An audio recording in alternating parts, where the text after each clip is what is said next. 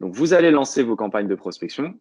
Ces campagnes de prospection vont vous générer des réponses et vous allez analyser ces réponses pour classer les leads en chaud, tiède, froid.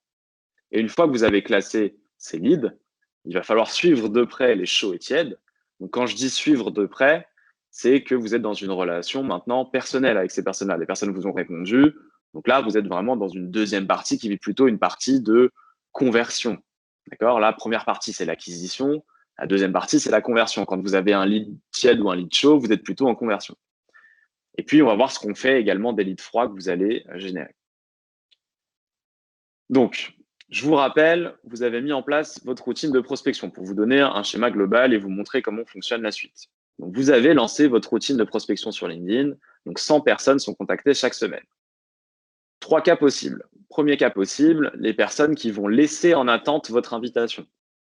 D'accord? Il y a des personnes qui vont recevoir votre invitation, qui ne vont pas y répondre. Après 30 jours, ces invitations sont supprimées. C'est-à-dire que si, après 30 jours, la personne n'a toujours pas répondu à votre invitation, Neodeal efface l'invitation. Ensuite, vous avez les personnes qui vont accepter vos invitations, qui vont rejoindre votre réseau sur LinkedIn, mais qui ne vont pas forcément vous répondre. D'accord? Ils vont rejoindre votre réseau, ils vont recevoir vos messages, mais ils ne vont pas forcément vous répondre. Ces personnes-là, on les classe en lead froid. Lead froid parce que c'est des nouvelles relations, mais que pour le moment, je n'ai pas de retour de leur part. Mais le fait de ne pas avoir de retour de leur part, ne faites pas de suppositions, ça ne veut pas dire qu'ils ne sont pas intéressés. D'accord? Quand on fait de la prospection, tant que la personne ne vous a pas répondu, ne faites pas de suppositions. Si la personne ne vous a pas répondu, elle peut être tout autant intéressée qu'elle ne l'est pas pour le moment. Donc, vous ne savez pas. Et dans ce cas-là, on les classe en froid. Et justement, le but, ça va être d'entretenir la relation. Et on va voir ça, on va voir ensemble comment justement poursuivre sur les leads froids. Troisième cas, vous allez avoir les personnes qui vont accepter votre invitation et qui en plus vous ont répondu. Donc, ont répondu à votre campagne. Et donc là, par rapport à la réponse reçue, vous allez soit les classer en tiède, soit en chaud, soit en froid.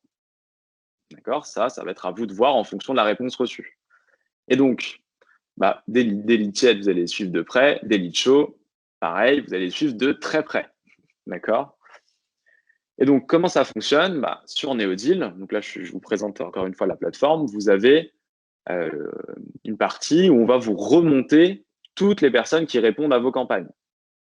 Donc, dès que quelqu'un répond à une campagne, vous êtes informé, vous voyez le nom, la date, l'heure, à quelle campagne, et puis vous pouvez ouvrir la réponse de la personne pour la classer. Donc là, par exemple, j'ai classé ces 4 contacts-là par rapport à leur réponse, à la réponse que j'ai reçue. Et ce qui va être intéressant, c'est que du coup, sur Neodeal, vous allez pouvoir savoir aussi exactement où vous en êtes en termes de leads générés entre chaud, tiède ou froid, et du coup, pouvoir suivre très précisément et très facilement aussi vos différents leads. D'accord? Donc, l'autre intérêt de Neodeal, c'est qu'une fois que vous avez lancé vos campagnes, vous allez pouvoir classer et suivre vos leads dans le temps pour les transformer en clients. D'accord? Je vous dis ça parce que très souvent, les entreprises, on va dire, se concentrent uniquement sur la première partie, c'est-à-dire envoyer les invitations, et ensuite, elles ne font plus rien. Entre guillemets, elles ne suivent pas leur travail derrière. Et c'est justement ce suivi qui fait la performance. Donc, avec ce suivi, vous verrez que ça va être beaucoup plus facile pour vous d'isoler les chauds, les tièdes et les froids, et du coup, de bien suivre de près les chauds et les tièdes, et on verra de relancer les froids.